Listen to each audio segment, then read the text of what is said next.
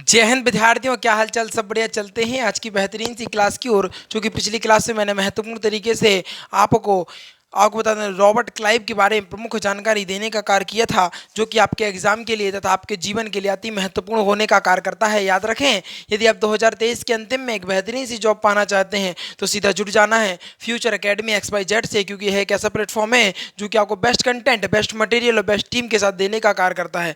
मैं कहना चाहता हूं आप लोगों से कि हिस्ट्री को इतनी जानदार शानदार तरीके से आपको समझाने का कार्य करूंगा जिससे कि आपके दिमाग में प्रत्येक चीज बिल्कुल बिल्कुल पानी की तरह बिल्कुल साफ हो जाएगी। इस बात की मैं गारंटी खुद देता हूं। तो चलते हैं अपने बेहतरीन से जानदार से शानदार सी क्लास की ओर।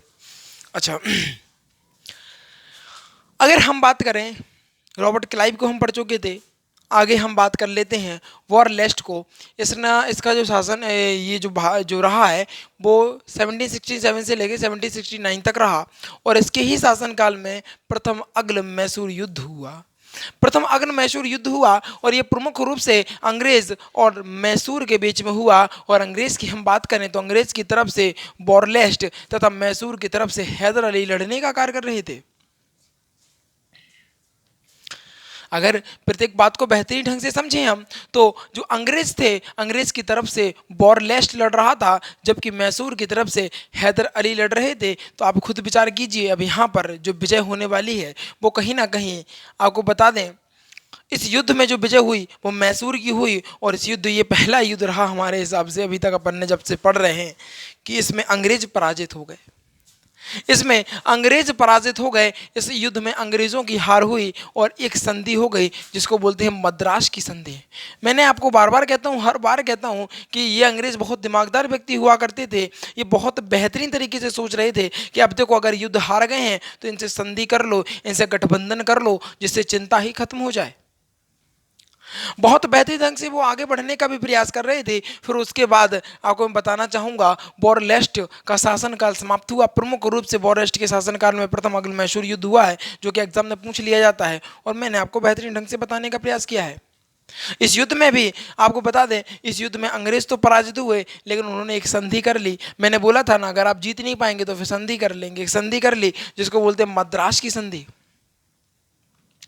अगर हम आगे बात करें तो अगर हम आगे बात करें, अगला जो गवर्नर आया था जिसका नाम था कार्टियर। कार्टियर जो था वो 1769 से लेके 1772 तक रहा, और इसके क्षेत्र में बंगाल पर अकाल पड़ गया था। बंगाल में अकाल पड़ने का आखिर कारण क्या था, क्या चीज़ें थी, विस्तृत रूप से आज मैं आपको बताने का प्रयास करूंगा। देखो, बंगाल में अकाल पड़ने का एकमात्र कारण था कि बंगाल के जो किसान थे उनके मन में एक बेहतरीन सी बात बो दी गई थी कि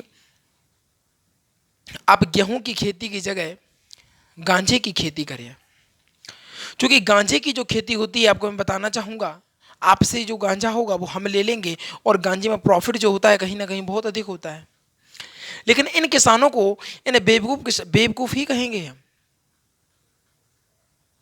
इन किसानों को सिर्फ इतनी बात समझ में नहीं आई कि एक बार अगर हम गांजे की खेती करते हैं तो ज़मीन जो होती है कम से कम 5 साल के लिए बंजर हो जाती है। आप 5 साल तक क्या करेंगे?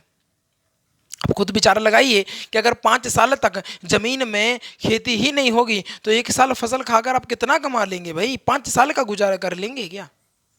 और अगर मान लीजिए ऐसा हो भी रहा है तो सभी लोग अगर ऐसा ही करेंगे तो खाएंगे क्या? इस बात को भी तो आपको समझ में आना चाहिए। जो अंग्रेज थे, अंग्रेज का तो मतलब ही था कि भारत को तोड़ दो, मरोड़ दो, और तोड़ मरोड़ के अपना गुलाम बनाने का उनका तो भाई समझ में आता है। लेकिन आप तो भारत के नागरिक थे, आपको तो पता होना चाहिए, पहले ही आप भारत में रहने वाले थे, तो आपको कहीं ना कहीं भारत के भले के लिए सोचना चाहिए था कि जिसको हम अपनी मातृभूमि मानते हैं उसमें हम गांजे की खेती करेंगे तो 5 साल के लिए बंजर हो जाएगी, और 5 साल के बाद क्या होगा कि सही तरीके से खेती होगी भी कि नहीं होगी, इसकी भी कोई गारंटी नहीं है। ये तो हमने आपको बहुत कम टाइम पीरियड बताया है, 5 साल का। कोई ज़्यादा भी हो जाती है किसी किसी खेती में। आपने देखा होगा, अगर सिपाड़ी का कर किसी विद्यार्थी ने पेड़ देखा होगा तो वहाँ की जो ज़मीन होती है वो कहीं ना कहीं नीली पड़ जाती है। इतना बेहतर वहाँ के अगल बगल के जो पेड़ होंगे ना, वहाँ पर एक भी पेड़ नहीं उगेगा, इतना उसमें वो होता है। आप खुद समझिए, ये तो गांजे की खेती कर रहे थे। भाई गांजे की खेती में किसानों को प्रॉफिट तो था, लेकिन उतनी बात नहीं आ रही थी कि अगर सभी लोग गांजे की खेती करेंगे तो खाएंगे क्या, और टैक्स को वसूलें, टैक्स देना पड़ता है राजा को या अंग्रेज को जो दे रहे थे, वो टैक्स कहाँ से देंगे। अंग्रेज तो उतारू थे इस बात पे कि भैया इनका तो पतन हमें करना ही करना है, चाहे साम दाम दंड भेद किसी भी तरीके से हो, लेकिन हमें इनका पतन करके ही दिखाना है।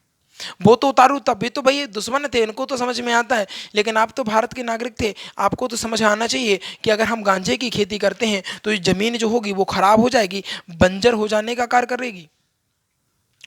कुछ ऐसा ही बंगाल के साथ हुआ। बंगाल में अधिकतर लोगों ने गांजे की खेती करना प्रारंभ कर दिया और 5-5 साल के लिए लोगों की जो ज़मीनें थी वो बंजर हो गई, जिस कारण अकाल पड़ गया था। और ये अकाल काटियर काटियर के समय में पड़ा था, जो काटियर गवर्नर आया था उसके समय में पड़ा था। और बंगाल में अकाल पड़ने का एकमात्र कारण यही था, बंगाल में अकाल पड़ने का कारण यही था। मैं आपको बताना चाहूँगा, जब जब आपको इतनी समझ होनी चाहिए कि आपको क्या सही है और क्या गलत है। एक आप बताएं, आपको पढ़ाई इसीलिए ही की जाती है कि आपको समझ आ जाए कि क्या सही है और क्या गलत है। याद रखिएगा, याद ये तो हम भी जानते हैं, आप भी जानते हैं कि ये कौन, जॉब लगने के बाद ये कौन पूछेगा कि मुगल कौन था, बाबर कौन था, इनका ढमका, ये कौन पूछेगा। लेकिन आपकी समझ इतनी विकसित हो जाए कि आप सही निर्णय ले सकें उस जॉब के लिए, या उस जॉब में जब आप काम कर रहे हो उस संस्था के लिए, उस जॉब के लिए, मान लो किसी भी संस्थान में आप पहुंच गए हैं तो संस्थान के लिए बेहतरीन सा निर्णय लेने का जो कार्य है वो आपका ही होगा। तो आपको सही निर्णय लेने आना चाहिए, इसके लिए ही पढ़ाई की जाती है। फालतू की बातें करते रहते हैं आप लोग कि सर ये साइन थीटा कॉस थीटा क्या जॉब के बाद भी होगा, क्या जॉब में यही पढ़ाएंगे क्या। भैया ये तो आपकी समझ बढ़ाने के लिए चीज़ें बनाई गई हैं, अभी कौन बताए इन लोगों को। भैया आगे बात करें बोरिंग हेस्टिंग। बोरिंग हेस्टिंग भाई साहब ये कतई खतरनाक व्यक्ति था। बोरेन हेस्टिंग की अगर बात करें, ये 1772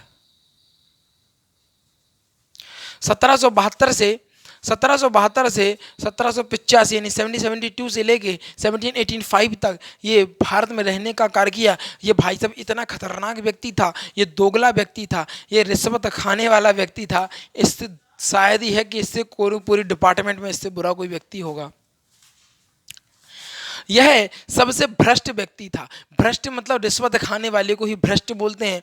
यह सबसे भ्रष्ट व्यक्ति था। इसके समय में बंगाल का नवाब जो था मुबारकुद्दौला था। कौन था? मुबारकुद्दौला था। बंगाल का नवाब मुबारकुद्दौला था। जब बोरिंग हेस्टिंग बंगाल में आया था, ये सबसे भ्रष्ट व्यक्ति था। एग्जामिनर पूछता है कि बताइए वह कौन सा व्यक्ति है जो बहुत बहुत भ्रष्ट रहा था या फिर रिश्वत लेने का कार्य करता था। उस व्यक्ति का जो नाम है वो बोरिंग हेस्टिंग है। अगर हम प्रमुख रूप से आगे की चर्चा करें तो 1773 ईस्वी में रेगुलेटिंग एक्ट लाया गया। रेगुलेटिंग एक्ट लाया गया, याद रखिएगा, एग्जामिनर पूछता है कि बताओ रेगुलेटिंग एक्ट कब लाया गया, तो 1773 में रेगुलेटिंग एक्ट लाया गया। बोलो जल्दी से, रेगुलेटिंग एक्ट कब लाया गया? कहने से 1773 में रेगुलेटिंग एक्ट लाया गया। इसके बाद नंद कुमार ने, ये नंद कुमार जो थे भाई साहब, ये कतई जिहर व्यक्ति थे। अपने भारत में एक चीज़ होती है, कोई नई चीज़ होती है ना, तो सोचते इंटरेस्ट कहते, अरे उसमें देखिए आएंगे क्या चीज़ नया है, क्या चीज़ें हैं नई, इंटरेस्ट पैदा होता है। तो नंद कुमार जो थे बोरिंग हेस्टिंग पर केस करने का कार्य किया। क्योंकि क्या हुआ था, बोरिंग हेस्टिंग के समय में ही एक आपको बता दें, ये जज वाली जो प्रथा, कोर्ट कचहरी वाली, इन सारी चीज़ों का स्थापना हुई थी। और उन्होंने कहा था कि चाहे वो भारतवासी हो चाहे कोई अधिकारी हो, सबके लिए साथ साथ समानता का व्यवहार किया जाएगा। तो जो नंद कुमार जी उचकने के बाद ये बोरिंग हेस्टिंग की शिकायत लेकर कोर्ट में पहुंचे। अब भाई कोर्ट भी उनकी, आदमी भी उनके, वो जो किसी ने कांड किया है वो भी उनका, तो भाई तुम्हारे साथ निर्णय करेगा क्या? वो भाई एक तरफा चीज़ है। तो नंद कुमार भाई साहब बहुत जोर तोड़ में और जोश जुनून में पहुंच गए और कहने लगे भाई साहब देखो ऐसा है, बोरिंग हेस्टिंग सबसे भ्रष्टाचारी व्यक्ति है, उसके लिए देखो ये सबूत है। लेकिन बोरिंग हेस्टिंग भाई, सरकार उनकी, जज उनका, जजमेंट उनका, सब कुछ उनका है, व्यक्ति उनका है, तुम्हारे फेवर में थोड़ी ना वो निर्णय लेगा। बोरिंग हेस्टिंग ने उल्टा घुमा फिरा कर इनके ऊपर ही केस हो गया और नंद कुमार को जेल हो गई। अच्छे खासे बैठे थे, सिर्फ ट्राई करने जाना था कि न्याय होता है कि नहीं होता है। इस चक्कर में चले गए नंद कुमार भाई साहब। ये कतई भाई साहब अलग ही हैं।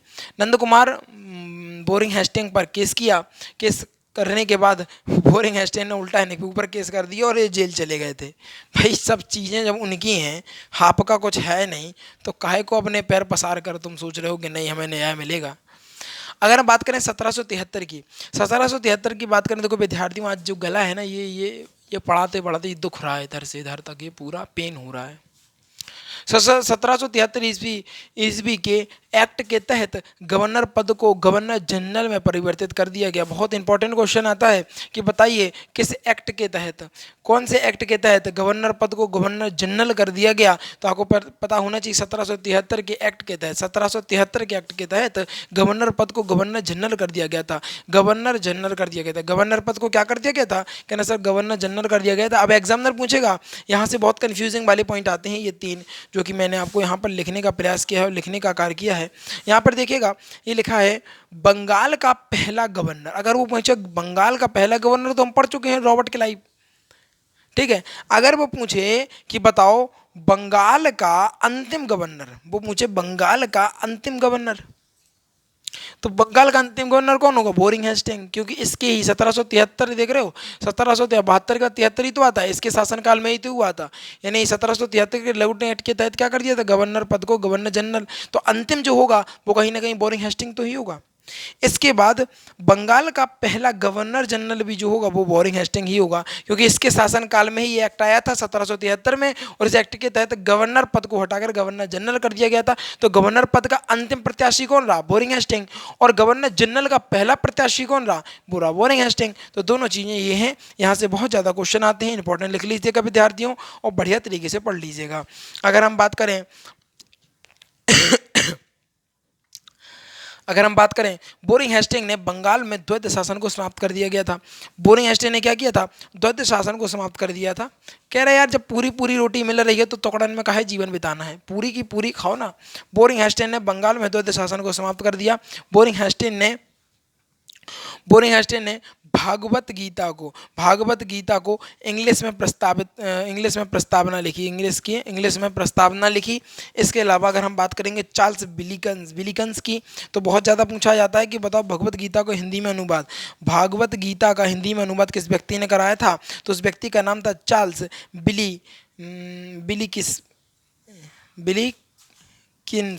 बिलिकिंस। अगर हम बात करें प्रमुख रूप से यहाँ पे ये चीज़ बहुत ज़्यादा पूछी जाती है कि बताओ भागवत गीता को हिंदी में अनुवाद चार्ल्स बिलिकिंस ने किया था।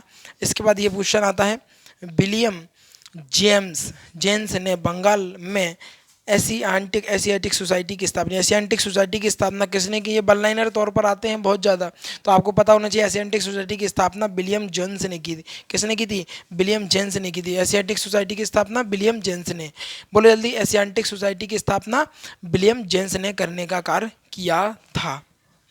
ठीक है, इतनी बात समझ में आ गई भैया। ये थी आज की क्लास, बहुत जानदार शानदार सी। कल हम प्रमुख रूप से फिर से आगे बढ़ेंगे बहुत बेहतरीन तरीके से और बहुत बढ़िया तरीके से आपको फिर से और चीज़ों को आगे लेकर चलेंगे। आखिर अग्ल मैशूर प्रथम हुआ, ये तो द्वितीय के बारे में भी बताएंगे। सभी चीज़ों को बेहतरीन ढंग से बताने का प्रयास करेंगे। क्लास समाप्त करने से पहले चलते हैं कि जानदार से शानदार से रिविज़न की ओर, क्योंकि हर क्लास में हम कहते हैं कि रिविज़न अति महत्वपूर्ण होता है, वो ही इम्पोर्टेंट है। आगे बात करें, अगर हम बात करें वॉरलेस्ट के बारे में, तो वॉरलेस्ट प्रथम अग्ल मैसूर युद्ध यानी 1767 से लेके 1769 में हुआ था। एक तरफ से अंग्रेज लड़ रहे थे, एक तरफ अंग्रेज की तरफ से वॉरलिस्ट तथा मैसूर की तरफ से हैदर अली लड़ रहे थे। अगर इस युद्ध में बात करें तो इस युद्ध में अंग्रेजों की हार हुई थी और मद्रास की संधि हुई थी। फिर उसके बाद कार्टियर आए, कार्टियर ने बंगाल पर कार्टियर के क्षेत्र पर कार्टियर के समय बंगाल पर अकाल पड़ गया था। बोरिंग हेस्टिंग की बात करें 1772 यानी 1772 से लेकर 1785 में रहा। यह सबसे भ्रष्टाचारी व्यक्ति था। इसके समय बंगाल का नवाब मुबारकउद्दौला था। इसके बाद 1773 में रेगुलेटिंग एक्ट लाया गया, जो कि नंद कुमार भाई साहब पहुंचे बढ़िया जोर शोर से, कह रहे भैया देखो नंद कुमार ने बोरिंग हेस्टिंग पर केस कर दिया, लेकिन उल्टी जेल नंद कुमार को ही हो गई थी।